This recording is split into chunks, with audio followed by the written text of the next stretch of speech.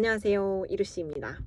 오늘은 제가 몇 달 전에 면접을 봤던 ANA 항공에 대해서 면접 후기를 한번 찍어보려고 합니다. ANA는 일본의 FSC, 일본의 대형 항공사 중에 하나고요. 일본 대형 항공사가 ANA, 그 다음에 잘이 있거든요.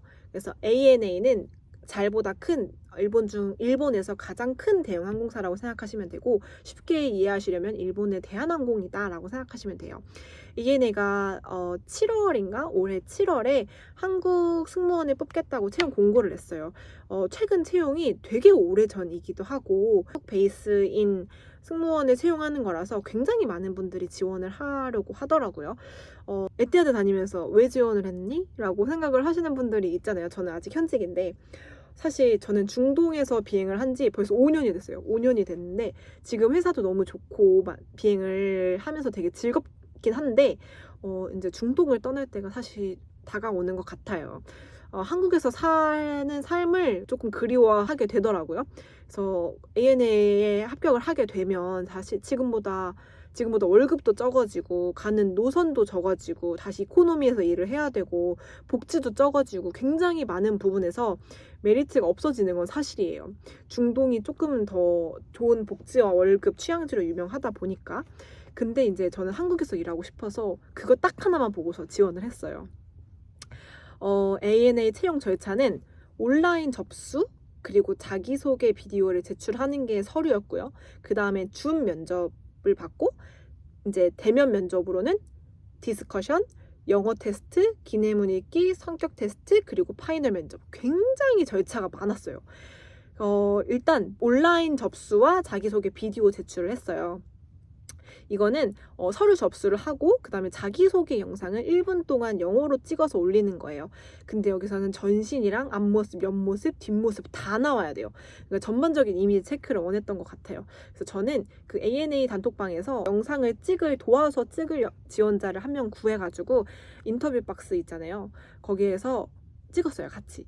거기가 조명이 좋아가지고 입을 옷도 없어가지고 옛날에 2017년에 승무원 준비할 때 입었던 블라우스 꺼내고 까만 치마 엄마 거 빌려가지고 찍었어요. 줌 면접에 대한 인비테이션이 돌아요. 그래서 언제 몇 시에 몇 분에 줌 미팅 코드 여기로 입장해 들어가면 대기방에 입장을 하면 이렇게 여권을 보여주면서 이거 나야? 약간 이런 식으로 본인 확인을 하고 이제 면접방으로 다시 링크를 줘서 이동을 하게 됩니다.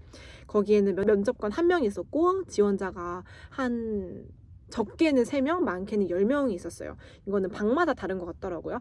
근데 저는 10명이 있었어요. 그래가지고 면접관이 1명, 그 싱가포르 대행사의 면접관 1명 앙이라는 남자분이 계셨거든요. 그분이 1명이서 면접관을 하시고 나머지 지원자 10명이서 총 11명이서 면접을 봤어요. 공통 질문 1개를 주고 그거를 돌아가면서 자유롭게 답변을 하는 형식이었어요. 근데 이게 답변하는 지원자의 순서가 정해져 있는 게 아니라 알아서 저희가 손을 쥐고 답변을 하는 분위기였거든요. 그래서 저희 조 주제는 What's your favorite song? 이었어요. 너가 제일 좋아하는 음악이 뭐야? 라는 주제였고 다른 조들도 대부분 주제가 어려운 질문은 아니었던 것 같아요.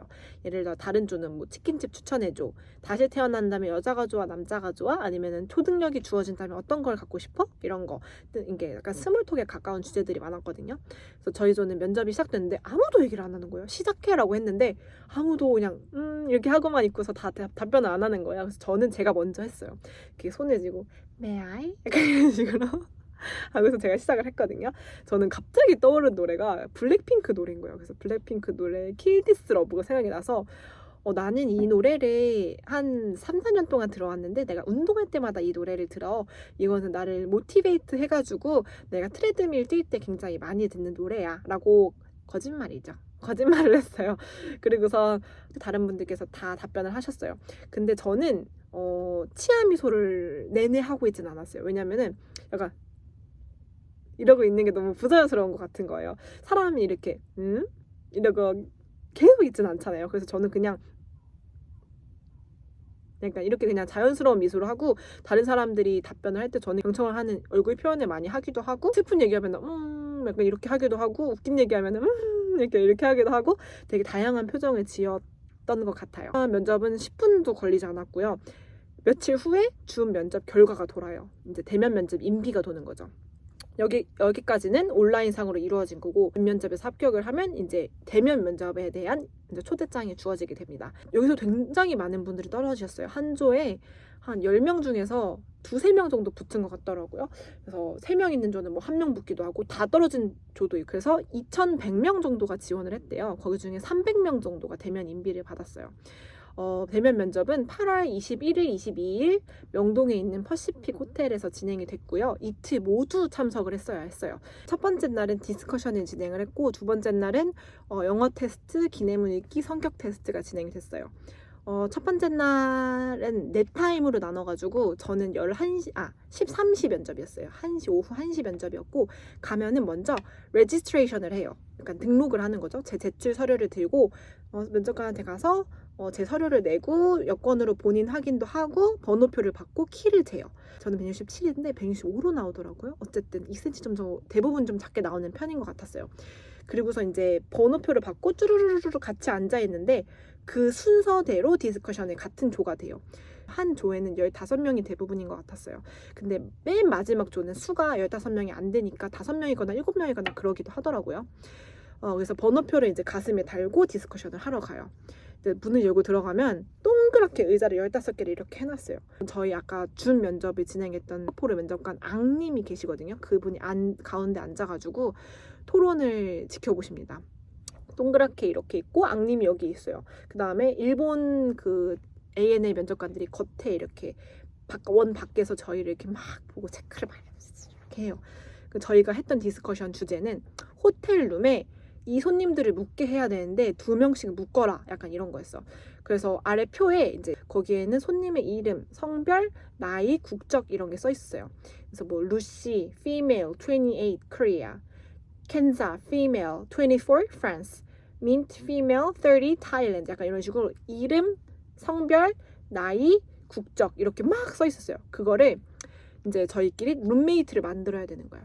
그러면은 사람들이 뭐 A랑 B가 같은 불어권이니까 대화가 잘 통할 거야. 얘네를 같이 묶는 게 어때? 이렇게 하거나, 아니면 C랑 D는 비슷한 나이대라서 얘네끼리 좋은 친구가 될 수 있을 것 같은데 이렇게 묶어볼까? 약간 이런 식으로 대화가 오고 가요.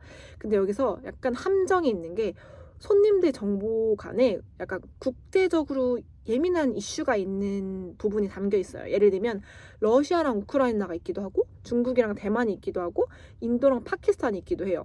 근데 이 두 국가들은 사실 긍정적인 분위기의 나라들은 아니잖아요. 근데 약간 이거를 인지하지 못하시고 인도랑 파키스탄은 비슷한 지역이니까 얘네끼리 잘 말이 통할 것 같은데 얘네를 묶는 거 어때? 약간 이런 식으로 말을 하시는 분들이 계셨어요. 근데 제가 디스커션에 정답은 없다고 말씀은 드리지만 국제적인 정세나 이런 이슈를 알고 디스커션에 임하는 게 저는 맞다고 생각하거든요. 그래가지고 면접자 중에서 얘들아 잠깐만, 우리 국제적인 정세를 좀 이해하고 가야 할 것 같은데 인도랑 파키스탄은 서로 좋지 않은 관계를 가지고 있어. 그래서 이거를 우리 명심하고 페어링을 해야 될 것 같아. 약간 이런 식으로 말씀하시는 분도 계셨어요. 이렇게 막 디스커션을 하다 보면 면접관께서 면접을 중단을 하세요. 왜냐면 그들도 알았을 거예요. 우리가 서로 배려만 하다가 이렇게 결론도 도출 못하고 끝날 거라는 걸 그들도 알았을 거예요. 그리고서는 막 질문을 갑자기 면접관님이 시작을 해요. 이게 누군가를 콕 집어서 질문을 하는 건 아니고 원하는 사람이 답변을 하는 형식이거든요. 너희가 한국인 루시라면은 누구랑 룸메이트가 되고 싶어? 아니면은 나이가 많아도 친구가 될 수 있다고 너네가 그랬는데 너희가 그런 경험이 있어? 약간 이런 식으로 질문을 하십니다. 디스커션을 할 때 저희 조에는 전현직 분들이 굉장히 많았어요. 저 빼고 한 5-6명 있었던 것 같아요. 15명 중에. 어떻게 알았냐면 그분들이 디스커션 때 그걸 녹여서 말씀하시더라고요. 나는 지금 홍콩에서 승무원으로 일하고 있는데 이렇게 얘기하거나, 아니면 난 싱가포르에 있는 로우코스트 에어라인에 다니고 있는데 약간 이런 식으로 얘기하니까 누가 봐도 키스에 다니잖아요. 누가 봐도 스쿠트 다니잖아요. 이런 분들이 굉장히 많았는데 저는 거기서 제가 밝히지 않았어요. 왜냐면은 다 전현직이라고 얘기하는데 거기서 나도 현직이야 약간 이런 식으로 할 수 없잖아요. 좀 민망해가지고. 그래가지고 저는 가만히 있었어요. 근데 제가 생각했을 때 디스커션에서 굉장히 중요했던 포인트는 자연스럽고 공손한 태도였다고 생각을 하거든요. 특히 ANA가 조금 보수적이고 공손한 거를 좋아하는 일본 회사잖아요. 그래서 저는 그걸 포인트를 되게 유념을 하고선 면접을 봤어요. 저는 딱 2번 얘기했고요. 제 차례가 되면은 공손하게 이렇게 손을 들고 양해를 구한 다음에 시작을 했어요. 약간 이렇게 하고서 약간 이런 식으로 조금 양해를 구하고 시작을 했고요. 다른 지원자분들이 얘기를 하실 때 저는 약간 어색하게 막 또 이렇게 하고 있는 건 아니고 그냥 다양한 표정으로 그냥 이렇게 하기도 했고 그냥 약간 이렇게 하기도 했고 약간 이렇게 하기도 했고 좀 다양한 표정으로 경청하는 모습을 자연스럽게 보여주려고 했어요. 그래서 저는 이런 자연스럽고 공손한 태도가 저의 합격 포인트였다고 생각을 합니다. 그렇게 대면 면접 1일차가 마무리가 됩니다.